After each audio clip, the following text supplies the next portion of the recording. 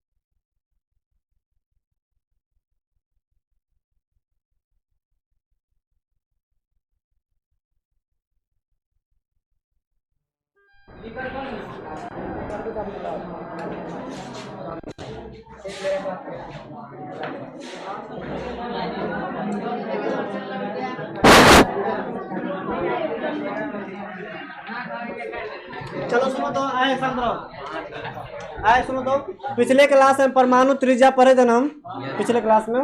तो सबसे important question यहाँ पे ये बनता है कि आवर्त सारणी में परमाणु त्रिज्या का क्या वेरिएशन है, कैसे वेरी करता है। जब लेफ्ट से राइट की तरफ जाएंगे तब घटेगा कि बढ़ेगा, ऊपर से जब नीचे आएंगे तब घटेगा कि बढ़ेगा, इसके बारे में बात करेंगे। और ऐसा क्वेश्चन आता भी है, ठीक है, करेंगे। सुनो, तब पिछले क्लास में मैंने क्या बात किया था कि लेफ्ट से राइट की तरफ जाएंगे, कोई पर्टिकुलर हम किसी भी आवर्त में जब मूव करते हैं, ठीक है, तो एटॉमिक रेडियस में क्या फर्क पड़ता है वो मैंने बताया था, है ना। कैसे मैंने बताया था, मैंने बोला था कि पहले वाला जैसे मान लो हम ना सेकेंड पीरियड का बात करते हैं, सेकेंड आवर्त का। सेकेंड आवर्त में क्या समझता बताओ तो, lithium, beryllium, boron, carbon, nitrogen, oxygen, fluorine और नियोन होता है। बताओ इधर वाला क्या होता है? मेटल। बीच वाला क्या होता है? Non metal. और लास्ट वाला क्या होता है? इनर्ट गैस, अक्रिय गैस होता है। तो सुनो, तो मैंने एक ऑर्डर बताया था कि वंडर वॉल त्रिज्या सबसे बड़ा होता है, उसके बाद किसका नंबर आता है? धात्विक त्रिज्या का, और सबसे छोटा किसका होता है? सहसंयोजक त्रिज्या का। तो लेफ्ट से राइट की तरफ जाएंगे तो मतलब वो त्रिज्या कैसे वेरी करता है? जो अक्रिय गैस वाला होगा उसका क्या हो जाएगा? सबसे बड़ा हो जाएगा। बीच में क्या डिस्टर्ब करे, छोड़ दिए थोड़ा देर में जाइए, थोड़ा देर में आइएगा। चलो सुनो, सबसे बड़ा हो जाएगा किसका? अक्रिय गैस का सबसे आगे हो जाएगा। जैसे मान लो क्वेश्चन कर लेते हैं यहाँ पे हम, जैसे देखो lithium, beryllium, boron, carbon, nitrogen, oxygen, chlorine और नियोन, ये हमारा ना सेकेंड आवर्त का एलिमेंट है। बताओ सबसे बड़ा परमाणु त्रिज्या किसका होगा? नियोन का, क्योंकि ये वंडर वॉल त्रिज्या बनाता है। ठीक, इसके बाद किसका नंबर आएगा? लिथियम का, फिर बेरिलियम का, फिर बोरोन का, कार्बन का, नाइट्रोजन का, ऑक्सीजन का और क्लोरीन का। जिधर साइन मुड़ा हुआ है ना, जिधर ओपन की तरफ साइन मुड़ा हुआ, समझ लो उसका साइज क्या होता है? बड़ा। दोनों में जैसे बोलेंगे ऐसे लिखेंगे, नियोन और लिथियम के बीच में ये वाला साइन, इसका कहने का मतलब नियोन का क्या होता है? बड़ा होता है, और लिथियम का छोटा होता है। तो ये पढ़ लिया था पिछले क्लास में। आज बात करेंगे समूह में, कि पर्टिकुलर कोई समूह में जब मूव करते हैं ऊपर से नीचे आते हैं। जैसे बोले पहला समूह के एलिमेंट को तुम क्या करो? परमाणु त्रिज्या के क्रम में अरेंज करो। तो क्या करेंगे सुनो, बताओ पहला समूह में कौन सा एलिमेंट है? Hydrogen, lithium, sodium, potassium, rubidium, caesium, francium. हलीना का रब से फरियाद ऐसा एलिमेंट था। अब क्या बोला है? इसको परमाणु त्रिज्या टर्म में अरेंज करना है। तो सुनो, ऊपर से जब नीचे आएंगे तो एक तो कौन सा लॉजिक लगाते हैं हम लोग? ये वाला लॉजिक लगाते हैं कि नंबर ऑफ सेल, ठीक है, कक्षा की संख्या। बताओ हाइड्रोजन में कितना सेल होता है? एक सेल होता है। जबकि लिथियम की बात करेंगे तो क्या होता है? दो सेल होता है। जब इसका इलेक्ट्रॉनिक विन्यास निकालेंगे तो इसका होता है 1s1, इसका होता है 1s2 और 2s1। इसका क्या होता है? सोडियम का 1s2, 2s2, 2p6 और 3s1। तो बताओ जैसे जैसे नीचे जा रहे हैं, इसमें एक सेल है, इसमें कितना सेल है? दो सेल है। इसमें कितना सेल है? तीन सेल है। इसमें 4 होगा, इसमें 5 होगा, इसमें 6 होगा, इसमें 7 होगा। तो बताओ ऊपर से नीचे आते हैं तो बताओ परमाणु त्रिज्या बढ़ता ही घटता है? बढ़ेगा। क्योंकि रीजन क्या है? क्योंकि नंबर ऑफ सेल, सेल की संख्या, कक्षा की संख्या क्या करता है? इंक्रीज करता है। तो ऑर्डर याद रखना, अगर आवर्त सारणी में ऊपर से नीचे की तरफ किसी समूह में जब बढ़ते हैं तो परमाणु त्रिज्या होता है, क्या होता है? बढ़ता है, इंक्रीज करता है। इसका रीजन क्या होगा? क्योंकि कक्षा की संख्या क्या होता है? बढ़ता है। बात क्लियर है? जैसे बोले हैं सेकेंड समूह को ना परमाणु त्रिज्या के बढ़ते क्रम में लिखो। सबसे बड़ा कौन सा होगा? तो बड़ा सबसे बड़ा किसका होगा? रेडियम का। इन्हें पढ़े ना, क्या पढ़े थे? बेटा मांगे कार स्कूटर, हाँ। आरे वाला सबसे बड़ा हो जाएगा। फिर किसका नंबर है? बेरियम का, फिर स्ट्रोंटियम का, कैल्शियम का, मैग्नीशियम का। सबसे छोटा किसका होगा? बेरिलियम का। बात क्लियर है? ऐसा क्यों? क्योंकि नंबर ऑफ सेल क्या करता है? इंक्रीज करता है। तो देखो, तो दो अच्छा क्वेश्चन मैंने किया, फिर हम टर्म को आगे बढ़ाएंगे। पहला क्वेश्चन क्या? निम्नलिखित में परमाणु त्रिज्या सबसे बड़ा होगा कौन सा? सुनो आप कैसे करेंगे क्वेश्चन। सोडियम आ रहा है, इसमें पोटेशियम आ रहा है, हाइड्रोजन आ रहा है और लिथियम आ रहा है। तो तुम चेक करो तो ये चारों एलिमेंट ना पहले ग्रुप से बिलोंग करता है ना? पहले तो हलीना कर, इसमें सोडियम भी आता, पोटेशियम आता, कहाँ का एलिमेंट सब है? पहले समूह का एलिमेंट है। तो बताओ पहले समूह का है तो इसमें क्या ऑर्डर लगाते हैं हम? ऊपर से नीचे आते हैं तो साइज इंक्रीज करता है। तो सबसे नीचे कौन सा होगा? चेक करो तो यहाँ पे हाइड्रोजन, लिथियम, सोडियम और पोटेशियम। सबसे नीचे कौन दिख रहा है? पोटेशियम में कौन सा ऑप्शन हो जाएगा? बी वाला हो जाएगा। इसके लिए तुमको ये भी याद होना चाहिए, तब जाके ऐसा क्वेश्चन हम कर सकते हैं। ठीक, बताओ इसका आंसर कोई बता सकता है? निम्नलिखित में से सबसे बड़ा त्रिज्या किसका है? पहली बात ये देखो, ये सब एलिमेंट कहाँ का बिलोंग करता है? देखो तो कहाँ से बिलोंग करता है? तो कोई अगर पढ़ा होगा तो सेकेंड आवर्त में क्या होता है? सेकेंड आवर्त में lithium, beryllium, boron, carbon, nitrogen, oxygen, chlorine और नियोन। ज्यादातर क्वेश्चन पहले या दूसरे ग्रुप से या पहला या दूसरा आवर्त से ही रहता है। तो कम से कम इतना याद होना चाहिए सर। तो बताओ सबसे बड़ा इसमें किसका नाम आ रहा है? नियोन का। नियोन एक अक्रिय गैस है, तो इसमें नियोन दिख रहा है। कौन सा ऑप्शन हो जाएगा? ए वाला। तो ये क्वेश्चन कहाँ से बना है? आवर्त से बना है। और ये क्वेश्चन कहाँ से बना है? समूह से बना है। चलो जल्दी लिख लो इसको, हम आगे बढ़ेंगे। सबसे बड़ा होगा नीचे वाला का।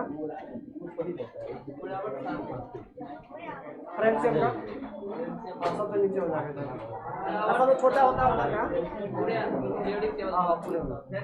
फ्रेंसियम का सबसे नीचे आता है। अब देखो सबसे नीचे आएंगे तो सबसे बड़ा होगा, फिर इधर जाते तो फिर क्या होता है, 1 मिनट को एक ट्रेंड बताएंगे, पहले इसको लिखना बता देते हैं। सब लिख लिया इसको।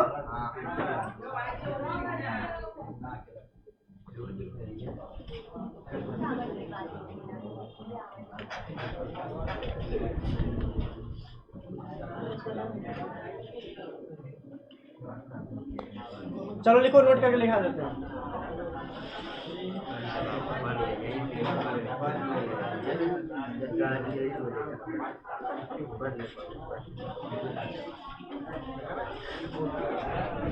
आए सुनो, सबसे छोटा त्रिज्या कौन हो, कोई बता सकता सबसे छोटा? हाइड्रोजन। ऊपर से नीचे आता है तो बढ़ता है, हाइड्रोजन के बाद में हीलियम जाते हैं तो उसका साइज बढ़ता है क्योंकि ये नोबल गैस है। सबसे बड़ा सबसे छोटा किसका होगा? हाइड्रोजन का।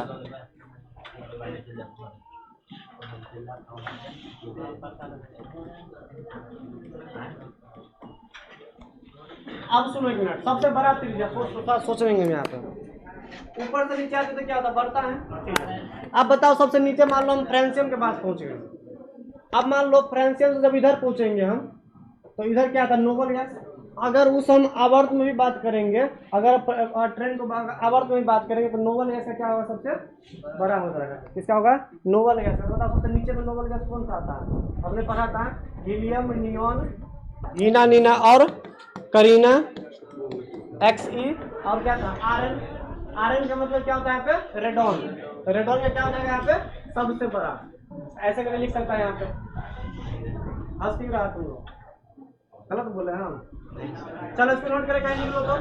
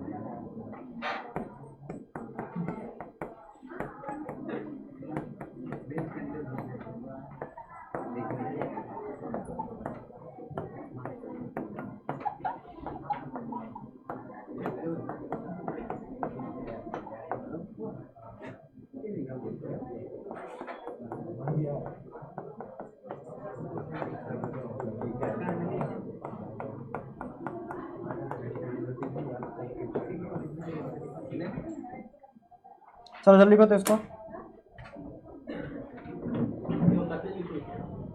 ये नहीं लिख रहा, ये हो गया।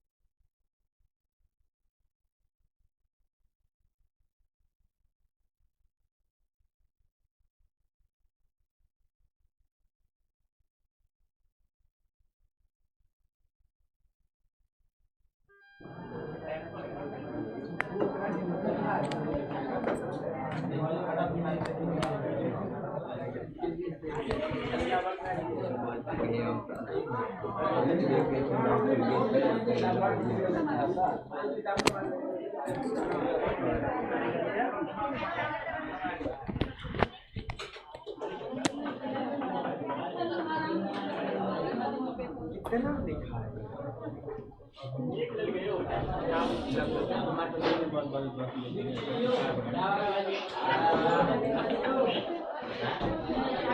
हो गया? चलो सुनो, शांत रहो। तो देखो मेरे पास मान लो ये एक एटम है, ठीक है, परमाणु, बीच में न्यूक्लियस,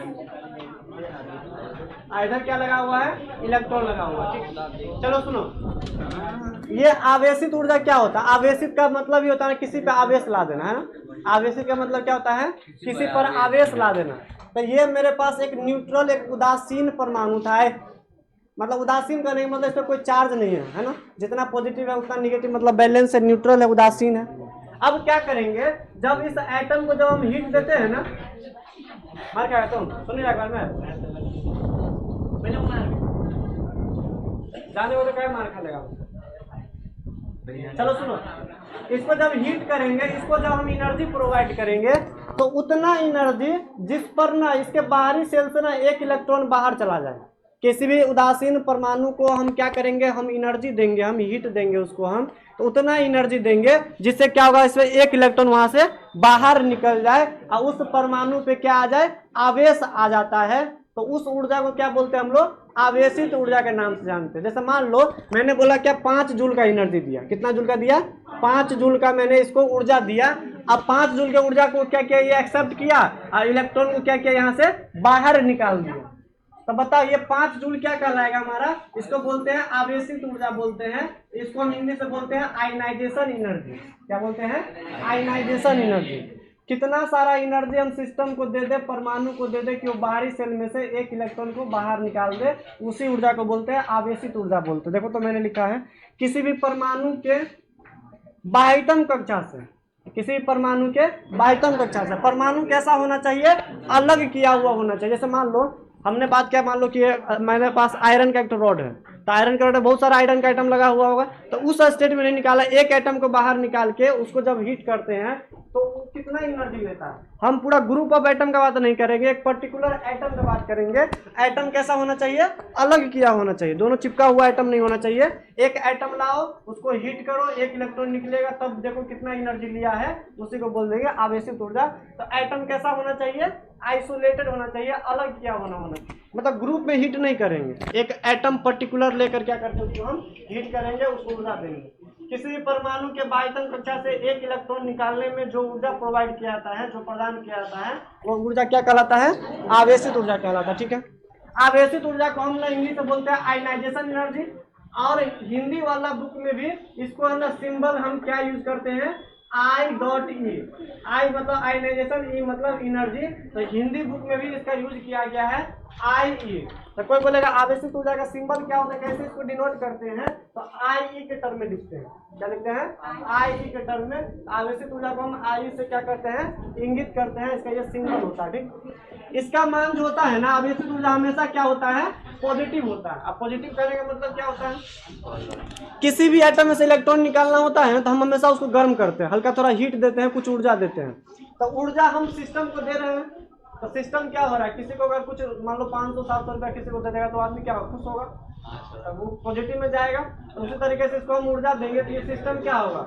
खुश होता है। मतलब यहाँ पे ऊर्जा का जो वैल्यू है क्या होगा? यहाँ पे पॉजिटिव में आता है। कैसे आता है? पॉजिटिव में। ठीक है, तो पॉजिटिव वैल्यू लगते हैं। जैसे देखो ये मेरे पास एक परमाणु है, कैसा परमाणु है? उदासीन है, मतलब इसमें कोई चार्ज नहीं है। अब मैंने यहाँ पे ना 5 जूल का इसको एनर्जी दिया, तो यहाँ पे क्या बना? ये A+ और एक इलेक्ट्रॉन क्या चाहिए? बाहर निकाल दिया। तो बताओ इस A एटम का आवेशित ऊर्जा कितना हो जाएगा? 5 जूल पर एटम बोलते हैं। क्या बोलते हैं? 5 जूल पर एटम। मतलब एक एटम में से, पर एटम कहने का मतलब एक एटम में से इलेक्ट्रॉन निकालने में कितना जूल का एनर्जी देना पड़ता है? 5 जूल का। इसका मतलब ये होता है। तो अब यहाँ से ये बात आता है, 5 जूल मैंने ऐसे ही ले लिया, ऐसे समझाने के लिए मैंने 5 जूल लिया। ये वाला ये देखो यहाँ पे जो 5 जूल लिया ना, जैसे जब हमने समझाने के लिए हम यहाँ पे 5 जूल की जगह पे क्या रख सकते हैं? x जूल भी रख सकते हैं, समझाने के लिए रखा है। वो डाटा वगैरह तुमको दिया रहेगा। सुनो, एक एटम है, इसको मैंने कितना जूल का एनर्जी दिया? 5 जूल का। x जूल भी रख सकते हैं, चलो 5 जूल मैंने लिया। तो ये क्या किया? आवेशित हो गया, A+ और एक इलेक्ट्रॉन को बाहर निकाल दिया। तो एटम में से एक इलेक्ट्रॉन चला गया, तो बताओ इस ऊर्जा को क्या बोलते हैं हम लोग? आवेशित ऊर्जा बोलेंगे। इसका यूनिट जो होता है ना आवेशित ऊर्जा का, वो क्या होता है? सुनो, जूल पर एटम। क्या बोलते हैं? वही बता सकते हो ना, जूल पर एटम। जूल मतलब कितना जूल? एक एटम में से इलेक्ट्रॉन बाहर निकालने के लिए कितना एनर्जी देना पड़ता है? 5 जूल का। तो बोलते हैं आयनाइजेशन एनर्जी का यूनिट क्या होगा? जूल पर एटम। तो कभी भी तुमको लिखा रहेगा 5 जूल पर एटम है, मतलब एक एटम में से एक इलेक्ट्रॉन निकालने में कितना एनर्जी देना पड़ा है? 5 जूल का। इसका मतलब ये होता है। अब क्लियर है? 5 जूल पर एटम। अब देखो तो एनर्जी का ना कई सारा मात्रक होता है, तुम लोग पढ़ा होगा। ऊर्जा का कई सारा यूनिट हो सकता है, किलो जूल हो सकता है, जूल हो सकता है, अर्ग हो सकता है, इलेक्ट्रॉन वोल्ट हो सकता है। तब मैंने ना कुछ इंपोर्टेंट ही लिख दिया है यहाँ पे, इसको समझ लेना एक बार। कोई बोलेगा आयनाइजेशन एनर्जी का मात्रा क्या होता है, तो बोलेंगे जूल पर एटम, या इलेक्ट्रॉन वोल्ट पर एटम, या किलो जूल पर मोल। अब यहाँ पे पर मोल क्यों दिया है? मान लो कभी कभी एग्जाम में क्वेश्चन क्या पूछता है कि मान लो मेरे पास ना 1 मोल इलेक्ट्रॉन, 1 मोल इलेक्ट्रॉन पर से एक इलेक्ट्रॉन निकालने में मान लो ना मैंने दिया 10, मान लो 50 जूल का एनर्जी दिया। तो 1 मोल के लिए जब बात करते हैं ना, तो यहाँ पे क्या लिखेंगे हम? 50 किलो जूल पर मोल।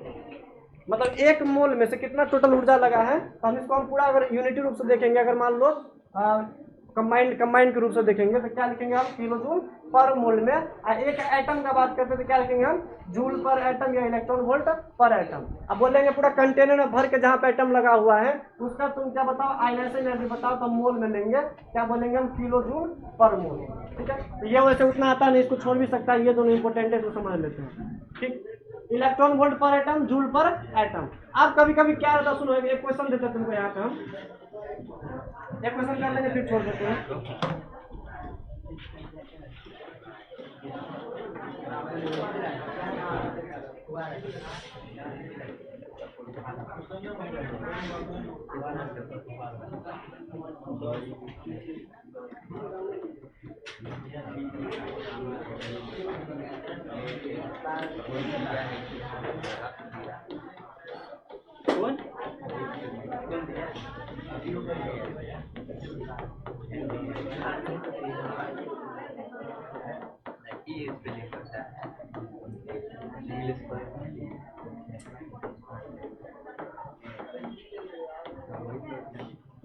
चलो तो देखो, तो यहाँ से भी कुछ क्वेश्चन बन सकता। सुनो, एक एटम है, मैंने कितना एनर्जी दिया, 5 इलेक्ट्रॉन वोल्ट का, A प्लस बना और एक इलेक्ट्रॉन को बाहर निकाल दिया। बताओ आयनाइजेशन एनर्जी कितना है, 5 इलेक्ट्रॉन वोल्ट। ठीक है, मैंने बोला 4 ऑप्शन में से कौन सा टर्म यहाँ पे सही होगा, तो बताओ सबका आंसर किसमें दिया हुआ है, जूल में। सबका आंसर किसमें दिया हुआ है, जूल में, इलेक्ट्रॉन वोल्ट में नहीं है। तो हमको पता है इलेक्ट्रॉन वोल्ट भी है, इसका यूनिट हो सकता है, जूल भी हो सकता है।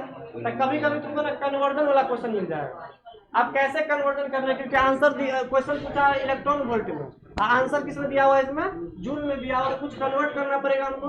तो सुनो, मैंने नोट करके पॉइंट क्या लिखा है, एक इलेक्ट्रॉन वोल्ट जो होता है वो कितने जूल के बराबर होता है, 1.6 × 10 के पावर -19 जूल के बराबर होता है। तब मैंने बोला 5 इलेक्ट्रॉन वोल्ट को किस में कन्वर्ट करो, जूल में करो। तो कैसे कन्वर्ट कर सकते बताओ। तो हमको पता है 1 इलेक्ट्रॉन वोल्ट बराबर कितना होता है, 1.602 10 के पावर -19 जूल के बराबर। तो बताओ कितना एनर्जी देना पड़ा इसको, 5 इलेक्ट्रॉन वोल्ट का, तो 5 इलेक्ट्रॉन वोल्ट का देना पड़ा, तो बताओ कितना जूल हो जाएगा, 5 × 1.602 10 के पावर -19 जूल के बराबर। मतलब इलेक्ट्रॉन वोल्ट से कहाँ चले गए हम, जूल में चले गए। कौन सा ऑप्शन हो जाएगा, ए वाला हो जाएगा। एक कन्वर्जन टाइप का कुछ क्वेश्चन आ सकता है।